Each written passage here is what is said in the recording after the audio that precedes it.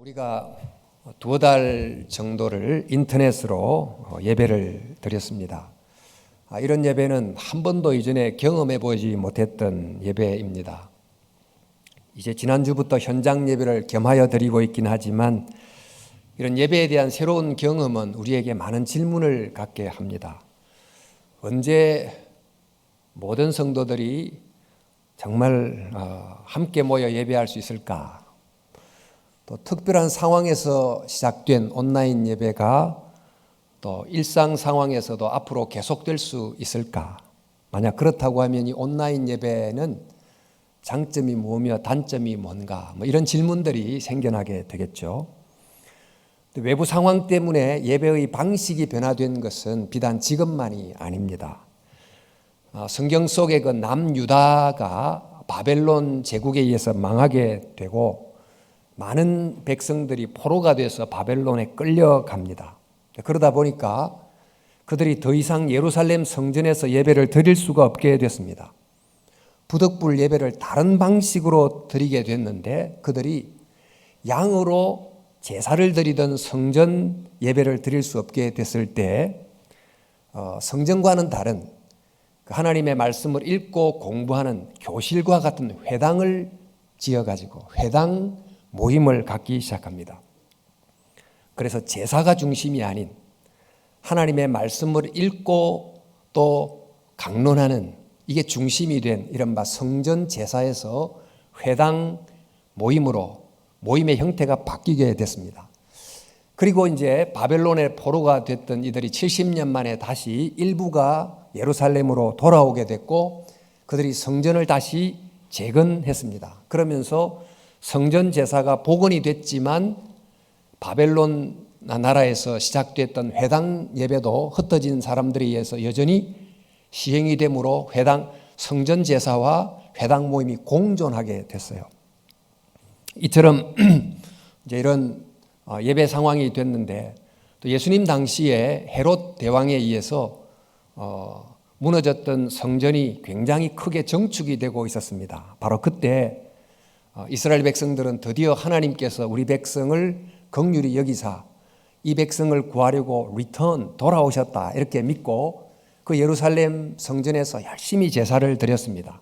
자, 그러면서 이제 회당 예배라고 하는 것이 계속되는 두 형태가 함께 있었습니다. 성경에 보면 예수님께서 갈릴리 회당에서 말씀을 읽으시고 이제 그렇게 하는 말씀이 있는 것처럼 예루살렘 성전에서 제사도 드렸고 회당에서 모임도 가지는 이런 형태가 생겨난 것입니다. 초대교회도 이제 그랬습니다. 오순절 성령 강림 때 예루살렘에 교회가 처음 생겨났습니다. 그때 성도들이 그 많은 무리들이 모인 장소가 어디였냐 하면 예루살렘 성전이었습니다. 그 성전에서 큰 모임을 모이다가 작은 모임은 성만찬을 떼는 작은 모임은 집에서 모였습니다. 그러니까 성전에서 큰 모임을 모이고 집에서 작은 모임을 모이는 이 두 모임을 병행을 했어요. 우리 사도행전에 보면 날마다 마음을 같이하여 성전에 모이기를 힘쓰고 이 성전은 지금 오늘날 현대에서 말하는 이런 예배당 성전이 아니고 예루살렘 성전입니다. 그리고 집에서 떡을 뗐다. 집에서 성만찬을 했다는 것이지요. 근데 이 예루살렘 교회가 핍박을 받아 흩어지면서 아예 성전에서 그때부터는 더 이상 모일 수가 없게 됐고 이제 가정에서 모이거나 아니면 아예 핍박을 피해서 저 먼 사막 동굴로 들어가서 예배를 드리게 됐습니다. 여러분이 터키를 여행하다 보면 갑바도기아라는 곳에 이렇게 동굴 같은 것을 보는데 바로 저런 곳에서 피신해서 예배를 드리게 된 것입니다.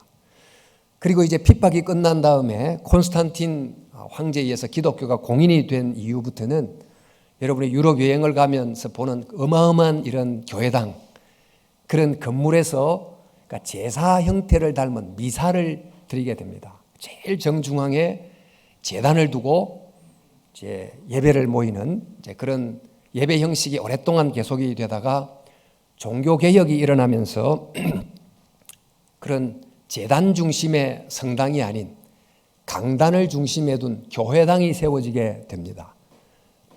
그래서 이제 말씀을 주로 강론하는 그런 예배가 또 생겨나게 됐는데, 이 가톨릭 이런 미사는 주로 이제 과거 이스라엘 성전 제사의 형태가 가깝다고 본다면, 우리 개신교 이 예배당 모임은 유대의 그 회당 예배와 모양이 흡사하다 이렇게 보시면 되겠습니다. 일단 이런저런 외부적 상황에 의해서 예배의 형태가 더 생기기도 하고 바뀌기도 했습니다만은, 지금 우리는 이제 코로나 사태 때문에 교회 역사상 정말 처음으로 이 온라인 예배라는 것이 지금 전 세계적으로 시작이 됐습니다.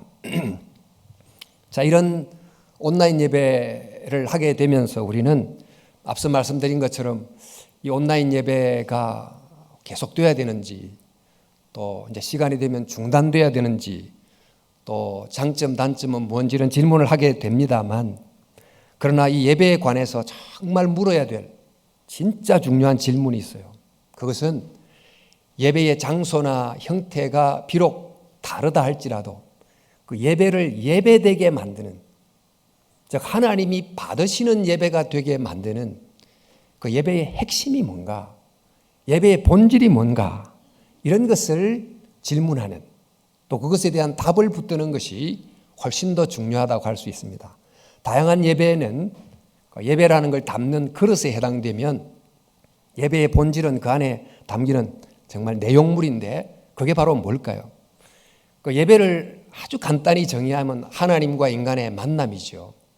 하나님과 인간의 만남을 현대인들, 특별히 인터넷 세대의 사람들이 이해할 수 있도록 그 이어령 교수께서 기독교인이 된 다음에 예배를 이렇게 정의해서 예배는 접속이다, 그렇게 하면서 인터넷 세대 젊은 사람들이 예배를 조금 더 이해하기 쉽도록, 그 인터넷이라는 어마어마한 그 세계 속에 접속이 되면 그곳에 있는 수많은 정말 정보를 향유할 수 있는 것처럼 하나님이라고 하는 정말 영적 임재에 접속이 되고, 또 하나님의 영적 세계에 접속됨으로 그곳에 속한 놀라운 은혜를, 또 정말 진리를 접할 수 있게 되는 게 바로 예배다, 이렇게 정의를 했습니다.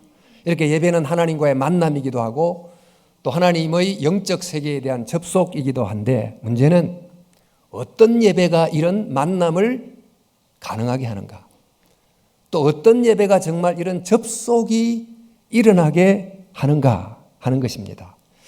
그래서 저희들은 지금 온라인이라고 하는 이런 특별한 예배를 이제 드리기 시작하게 되면서, 어떤 예배 현장에서 하든 온라인으로 하든 간에 정말 하나님이 받으시는 예배를 드리고 싶다, 정말 하나님과의 만남이 일어나고 접속이 일어나는 진짜 예배를 드려야 되겠다.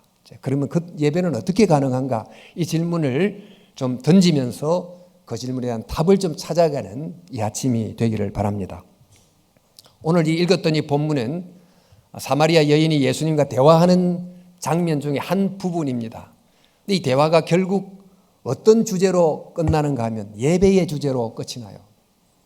그러니까 사마리아 여인이 예수님께 예배에 관해서 묻습니다. 물으면서 우리의 조상, 즉 사마리아인들의 조상은 예배를 드리는 올바른 장소가 그리심산이라고 배워왔는데, 당신 유대인들은 예루살렘 성전이라고 합니다.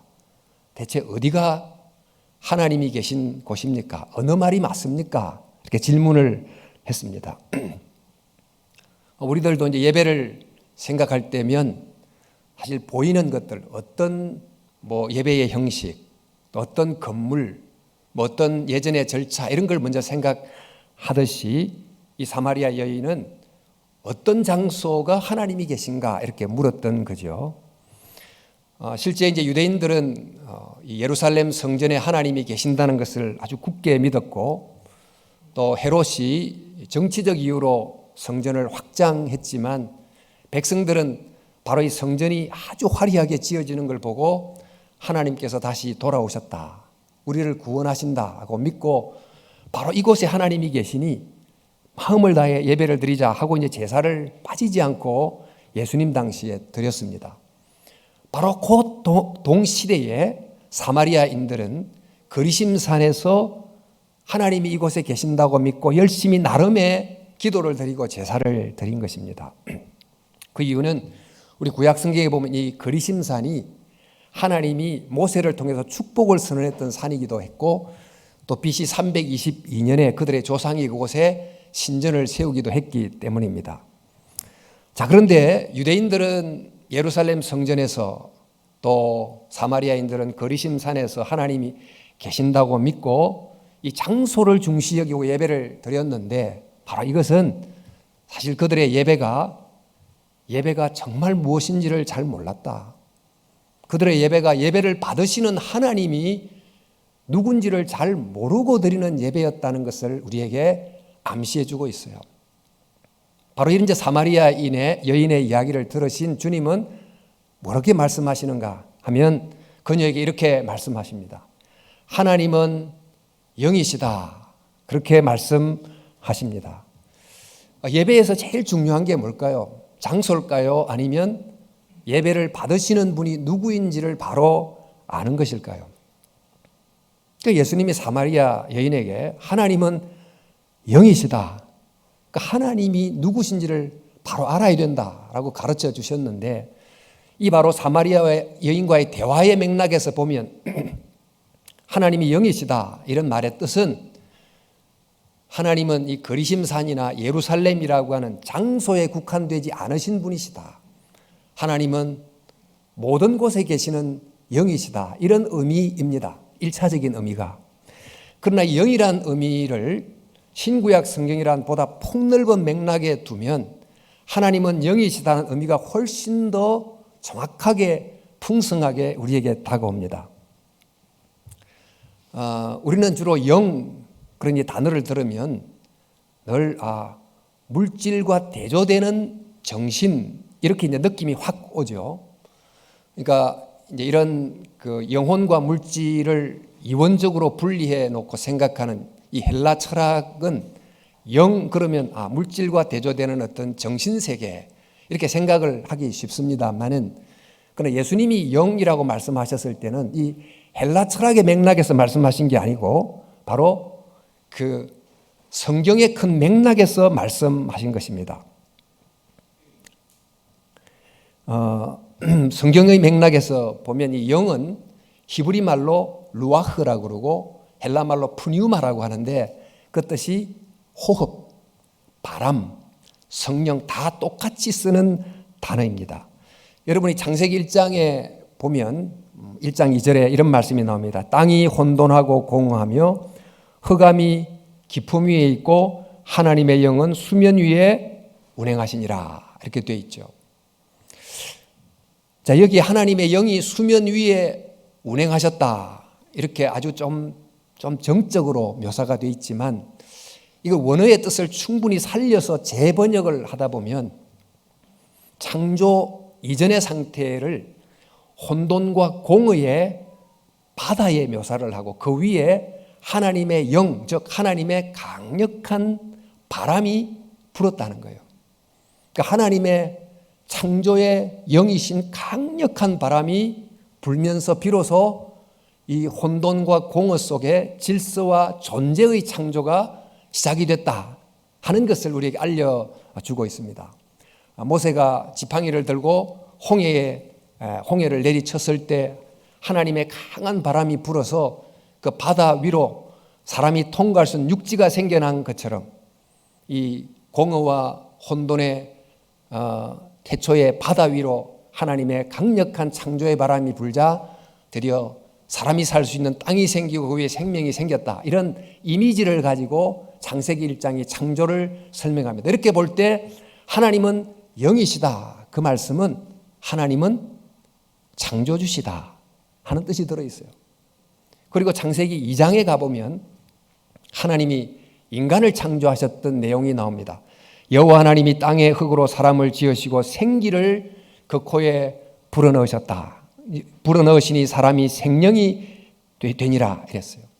그 흙으로 빚어진 인간에게 하나님의 생기적 하나님의 호흡을 하나님의 영을 루아흐를 불어넣었더니 사람이 생명체가 됐다. 이렇게 이제 돼 있는데 이렇게 볼 때 하나님은 영이시다. 이 말은 하나님은 세상을 창조하신 또 인간을 만드신 창조주이시다. 이런 뜻이 됩니다.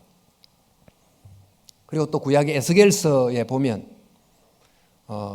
아골골짜기에 마른 뼈들이 수북한데 그 위로 하나님의 생기의 바람이 슉 하고 부니까 그 뼈들이 이렇게 막 맞춰지고 막 살같이 생기고 그래서 군대가 됐다고 하는 이 에스겔의 환상 장면이 나옵니다. 즉 죽었던 영혼 속에 하나님의 생명의 바람이 들어가니까 살게 됐다 이런 뜻이지요. 우리가 이제 요한복음 4장을 보고 있는데 요한복음 3장에 가면 니고데모와의 예수님의 대화가 나옵니다. 그 대화 중에 바람이 임의로 불매 그 소리를 들어도 어디서 와서 어디로 가는지 알지 못하니 성령으로 난 사람은 다 이와 같으니라. 여기에 바람과 성령이 같은 단어거든요. 그러니까 하나님의 성령이 바람처럼 사람들의 죽은 심령 속에 불자 니고데모 같은 사람이 거듭나게 됐다는 뜻입니다. 따라서 하나님은 영이시다 하는 이 말씀은 죽었던 영혼을 살려내는 니고데모와 같은 거듭나지 못한 사람을 거듭나게 만드는 구원을 베푸시는 구원주이시다 이런 뜻이 되기도 합니다. 하나님은 유대인들이나 사마리아인들이 생각했던 것처럼 한 장소에 거하는 분이 아니고 또 한 민족만을 위하는 신이 아닌 세상을 창조하신 창조주요 모든 인류를 구원하시는 구원자이시다 하는 뜻이지요. 요한계시록에 보면 이제 하나님을 예배하는 천상의 예배 장면이 묘사가 되어 있는데 그때도 그 예배의 대상이신 하나님이 천지를 창조하신 사자 같은 라이언 같은 하나님과 또 어린 양 우리를 위해서 구원을 베푸신 구원주 하나님을 향해 예배하는 것이 계속 묘사되고 있습니다. 이렇게 볼 때 예배에서 가장 중요한 게 뭡니까? 예배의 대상이 누구인지를 바로 아는 것입니다. 바로 그분은 창조주요 구원주신 영이신 하나님이십니다. 자, 우리가 바로 이 하나님께 예배를 드리는데 이 하나님은 어디에 계십니까? 어디에 가면 또 어떻게 하면 바로 이 하나님을 만날 수 있습니까?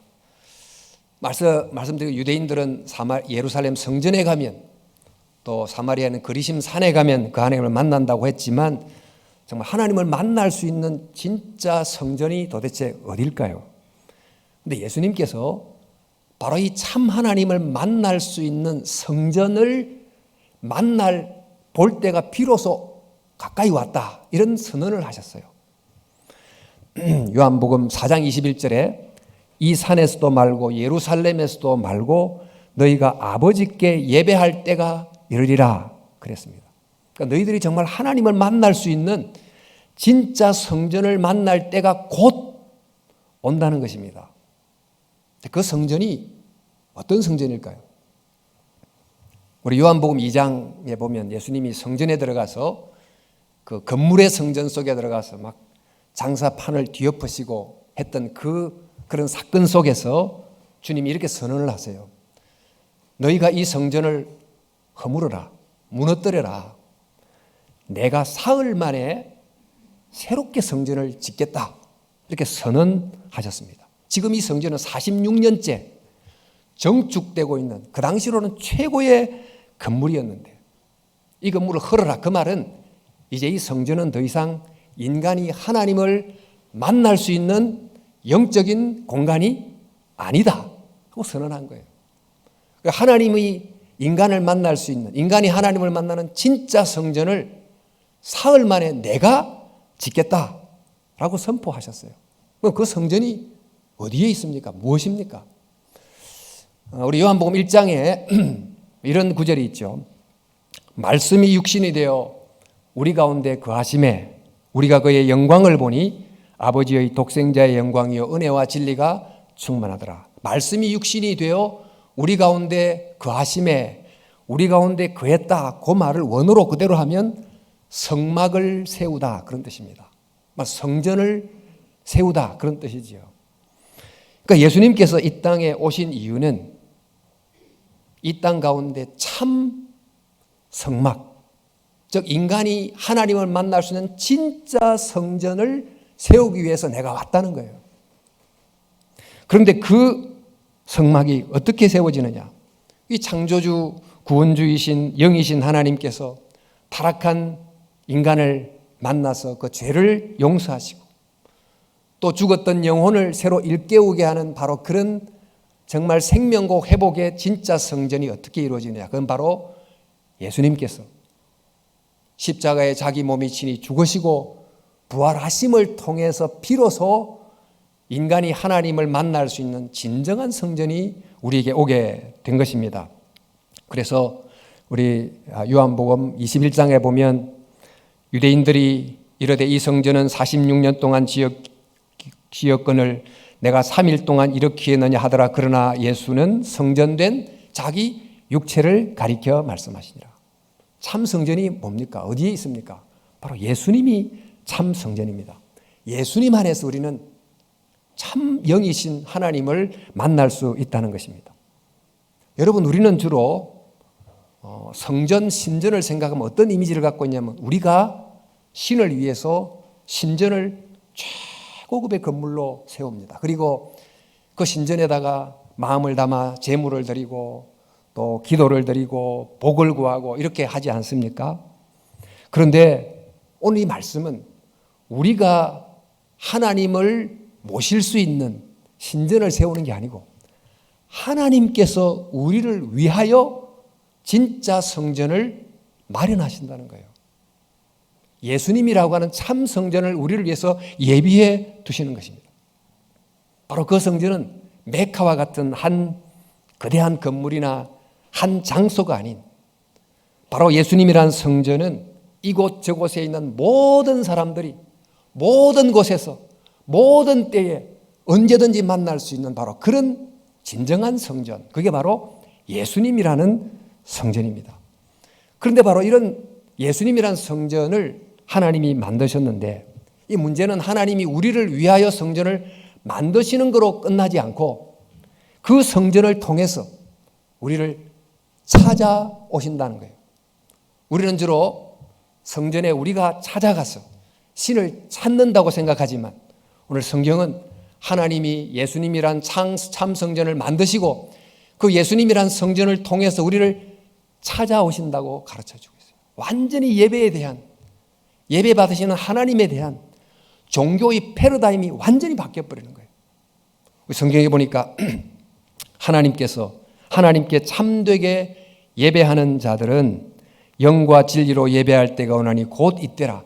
아버지께서 어떻게 되어 있죠? 자기에게 이렇게 예배하는 자들을 하나님이 찾으시는 거예요.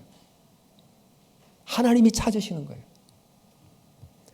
자, 이렇게 이제 볼 때 지금 이 세상에서 소위 말해서 제사도를 드리고 예배를 드리고 그러지만 그런 많은 제사와 예배 속에 하나님이 누군지를 제대로 모른 채 드리는 헛된 제사가 얼마나 많을까? 헛된 예배가 얼마나 많을까?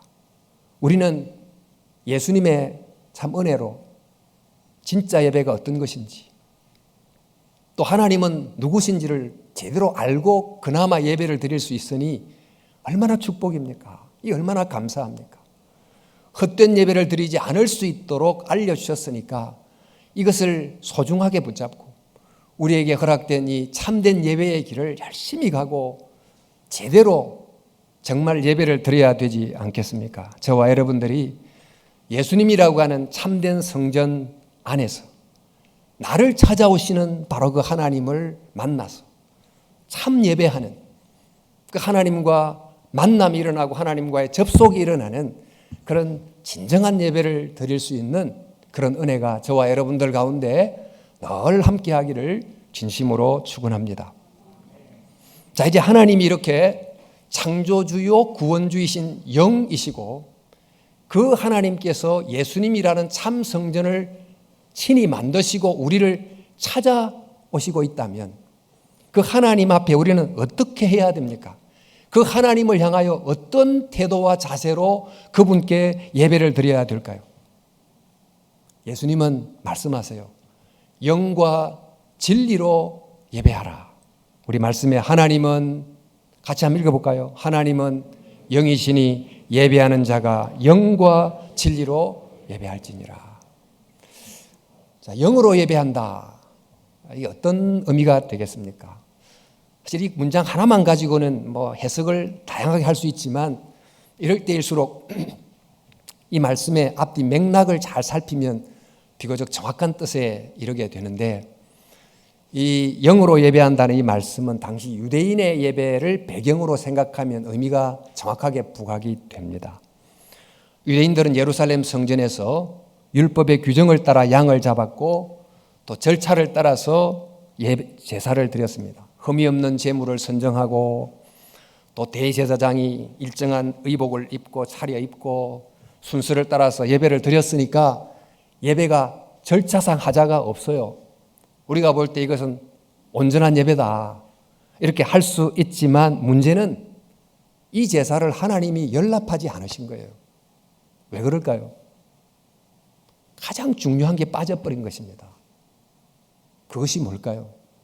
여러분, 우리가 이제 하나님께 제사를 드릴 때 제물을 바칩니다. 요즘 이제 헌금을 바치잖아요. 내게 있는 것 중에 일부를 바치는데, 사실 하나님이 돈이 없어서 헌금하라 그러시나요? 하나님이 양을 먹고 싶어서 양 바치라 그러시나요? 사실 제물 속에는 제물을 바침으로 나를 바치라는 거거든요. 헌제자 자신을 하나님께 드리는 그 믿음이 그 제물 속에 들어있어야 그 제물을 하나님이 받으시는 거지.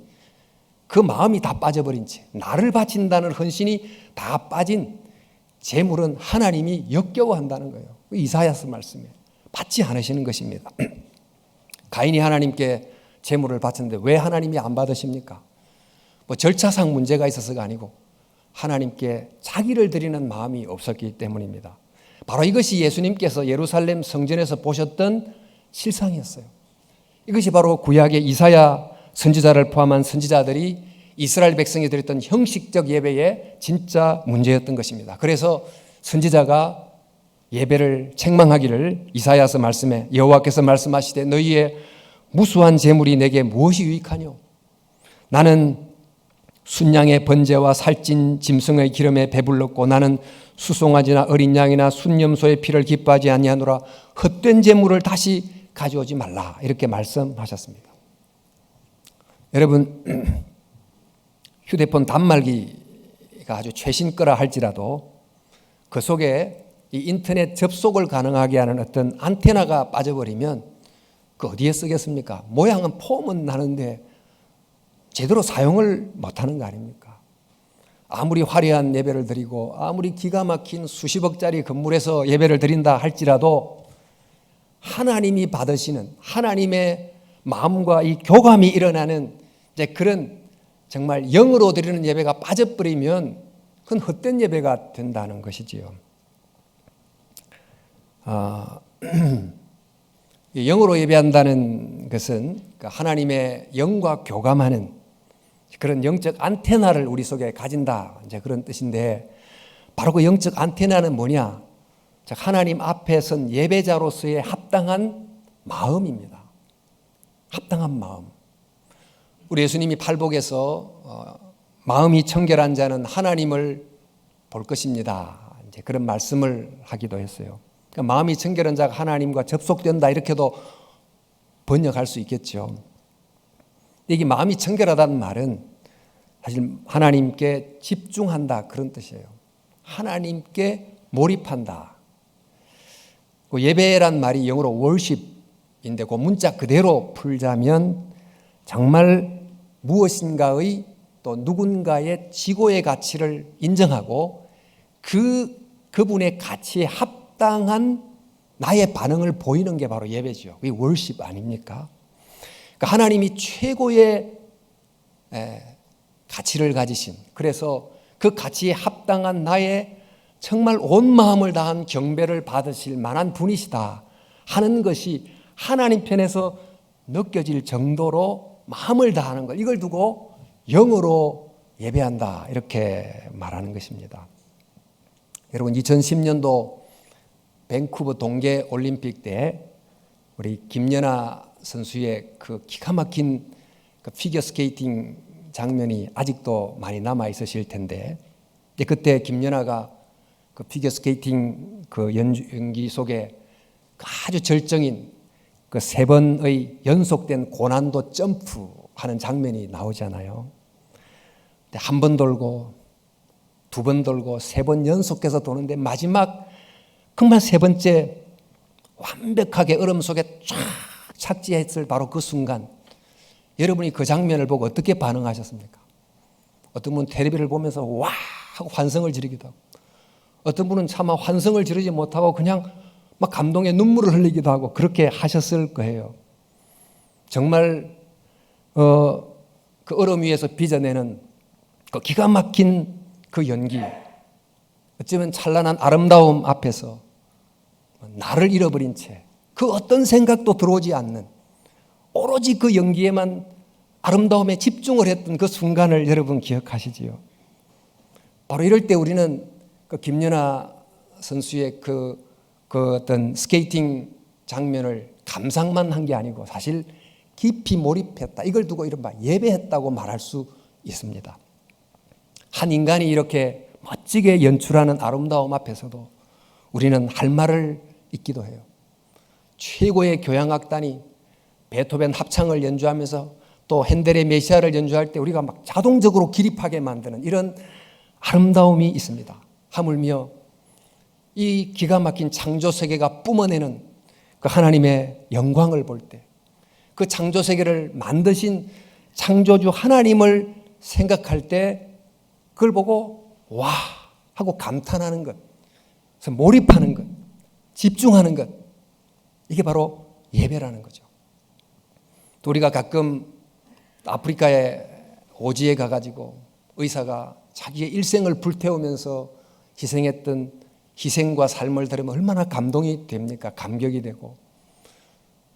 그런데 우리를 위해서 자신의 아들을 그것도 십자가의 그 고통 속에 매단 예수님의 그 사랑을 생각하게 되면 그 장면 앞에서 정말 감격하고 또 감동하는 것, 바로 이것이 하나님을 몰입해서 바라보는 예배고 영으로 예배를 드린다는 것입니다. 하나님을 사랑할 때도 너희의 마음과 뜻을 다해 사랑하는 것이 사랑이 되는 것처럼 하나님을 예배할 때도 그 창조주와 구원주이신 하나님을 정말 감탄하고 또 감격하는 마음으로 바라보는 게 예배다. 그게 바로 영으로 드리는 예배고 그 영으로 드리는 예배가 바로 하나님의 영과 감흥이 일어나는, 접속이 일어나는 예배가 된다는 것입니다. 우리가 지금 현장에서도 예배하고 온라인으로도 예배를 드립니다만 어떤 곳에서 예배를 드리든지 정말 합당한, 하나님께 합당한 예배를 드릴 수 있기를 바랍니다. 특별히 온라인으로 예배를 드릴 경우는 아무래도 집에서 하다 보니까 좀 편안하게 이렇게 예배를 드릴 수 있겠지만 복장은 좀 편안한 복장이라 할지라도 마음만큼은 하나님 앞에서의 합당한 마음을 결코 놓치지 않기를 바라는 것입니다. 여러분 집에 정말 50년 된 100년 된 최고급 포도주가 있다고 한번 생각해 보세요. 이 포도주를 부득이한 경우에는 플라스틱 컵에 조금 따라 마실 수도 있겠죠. 정말 위기의 상황에서는 꼭 해야 되는 종이컵에도 먹을 수 있겠지만 그렇지 않다고 하면 적어도 그 100년 된 포도주를 제대로 마시려면 어떻게 해야 될까요? 그 100년 된 포도주의 가치에 값하는 어떤 좋은 유리잔에 이렇게 마셔야 그 포도주에 대한 일종의 모독이 아니겠죠. 그죠? 우리는 지금 부득이한 상황 때문에 온라인이라는 형편에서 예배를 드리지만 상황이 바뀌면 정말 내가 내 이런 하나님을 향한 마음을 표현하는 게 뭔가를 좀 생각하고 집에서 한다면 그에 값하는 정성을 다하고 또 나올 수 있으면 하나님 앞에 나와 예배를 드림으로 내 마음과 정성을 담는 예배가 되도록 힘쓰는 것이 필요한 줄로 믿습니다. 지금 우리가 사는 이 시대는 어느 하나에 몰입하기가 굉장히 어려운 시대입니다. 요즘 유튜브도 이것 보니까 저게 또 보이고 이러다가 온갖 산만하게 우리의 주의를 분산시키는 그런 시대다 보니까 하나님께 몰입하기가 너무 어렵고 하나님께 집중하기가 더 어려워졌어요. 어쩌면 이게 사단의 전략인지도 모르겠습니다. 그러나 그렇기 때문에 더욱 의식적으로 예배할 때마다 하나님을 집중해서 생각하도록 노력해야 돼요. 그런 시대를 살기 때문에 더욱 의식적으로 하나님을 최고의 가치로 여기고 그분에게 합당한 예배를 드리려고 힘써야 된다는 거예요. 그렇기 때문에 혹시라도 그분에 대한 합당한 마음의 표현이 복장이 그렇게 된다면 그렇게 복장을 하시고 어쨌든 마음을 담는 예배가 되도록 하시기를 바랍니다. 그러면 그 하나님의 은혜가 여러분들에게 부어지게 될 것입니다. 그 하나님과의 영적 교감이 일어나게 될 것입니다. 하나님이 주시는 은혜가 주어지게 될 것입니다. 그러니까 영어로 예배하라. 또 하나님 어떻게 예배하라? 진리로 예배하라고 하셨습니다. 여러분, 진리로 예배한다는 것도 어떤 의미입니까? 이것도 이제 사마리아인의 예배를 배경으로 삼으면 비로소 이해가 잘 됩니다. 사마리아인들은 자기의 나름의 열성을 다해서 예배를 드렸습니다. 때로는 어쩌면 더 이교의 예배를 따라 막 열광적으로 예배를 드렸을지 모릅니다. 하지만 그 예배에 빠진 게 있어요. 그건 바로 진리가 빠졌어요. 진리라고 하는 것은 곧 하나님의 진리, 하나님의 뜻이 빠졌어요. 일찍이 사마리아인의 그 지도자 조상이 북이스라엘의 여로보암인데 그가 남과 북이 갈라졌을 때 북이스라엘 백성들이 남쪽 유다 예루살렘 성전으로 내려가지 못하게 하려고 북쪽 다한에 베델에 금송아지를 만들고 이게 출애굽해 주신 야훼다 믿으라 이렇게 세웠습니다. 그러니까 진리에 떠난 예배를 드리게 된 것입니다. 그리고 성경도 모세 오경만을 성경으로 또 그중에서도 일부를 변경하면서 하나님의 말씀도 자기에게 맞게 취사 선택을 했어요. 그러다 보니까 우상 숭배와 이렇게 혼합이 됐습니다. 예배를 드린다고 하지만 그 하나님이 말씀하시는 그 뜻, 그 말씀에 주목하지 않으면 결국 어떻게 됩니까? 그 하나님을 바르게 예배하지 않거나 우상을 예배하게 되는 것입니다.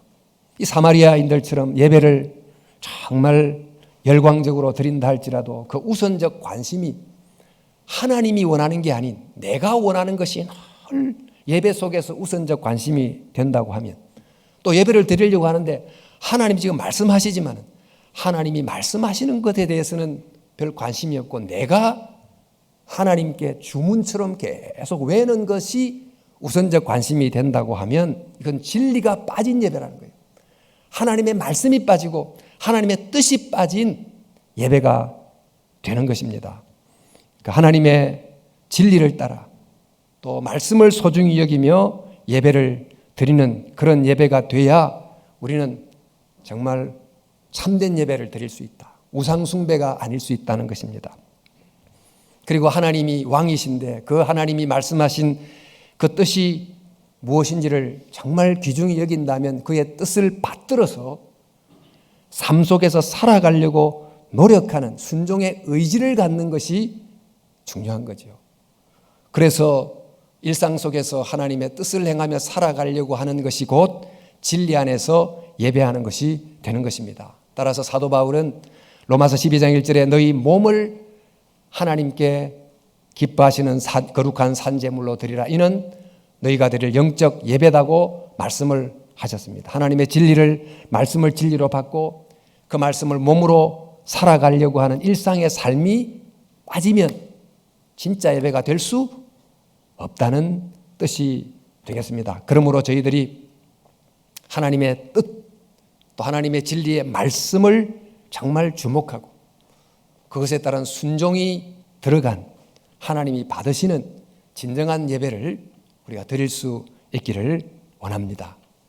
여러분, 우리가 지금 현장 또 온라인 예배를 겸하여 드리고 있고 이전에도 말씀드린 것처럼 상황에 따른 다양한 예배의 변화가 있었습니다.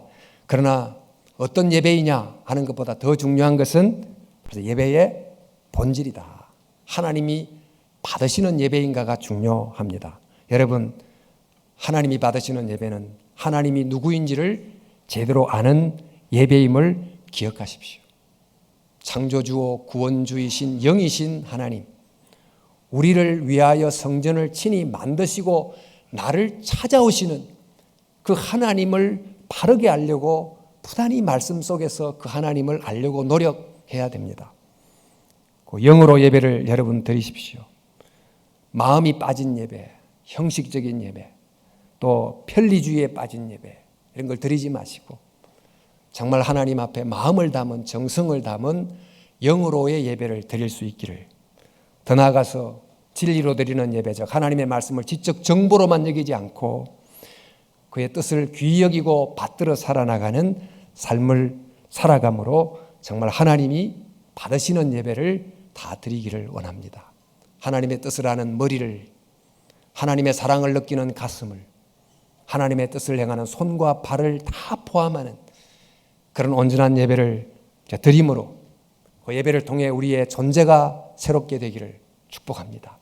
우리의 삶이 새롭게 되기를 축복합니다.